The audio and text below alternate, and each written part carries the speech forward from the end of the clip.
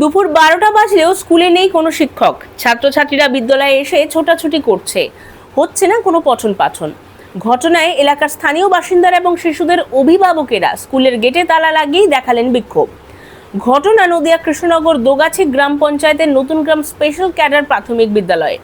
এলাকাবাসীর অভিযোগ, বিদ্যালয়ে 3জন শিক্ষক রয়েছে, তারা কোনোদিনই সময় মতো স্কুলে আসেন না, আর তাতেই বাচ্চারা ঘুরে ফিরে বেড়ায় স্কুল প্রাঙ্গণে। এলাকাবাসীরা একত্রিত হয়ে স্কুল গেটে তালা লাগিয়ে বিক্ষোভ দেখাতে শুরু করেন এবং তাদের দাবি, যতক্ষণ না এসআইএসএ এই শিক্ষকদের বদলি করছে কিংবা স্কুল পরিচালনার ক্ষেত্রে সঠিক সিদ্ধান্ত গ্রহণ করছে, ততক্ষণ তারা আন্দোলন চালিয়ে যাবেন।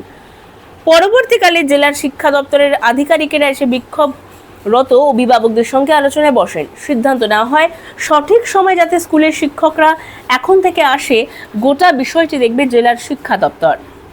সঠিক সময় না মানলে কড়া ব্যবস্থা গ্রহণ করা হবে বলেও প্রতিশ্রুতি দেওয়া হয়। সোমবার থেকে ওই স্কুলের শিক্ষকদের সময়সূচি সঠিকভাবে পালন করছে কিনা সেটা দেখবে স্বয়ং শিক্ষা দপ্তর।